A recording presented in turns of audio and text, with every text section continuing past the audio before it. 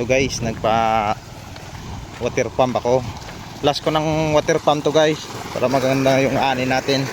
Okay. Maganda yung palay natin ngayon. Baka makaani tayo ng mahigit 100 kasako. Okay.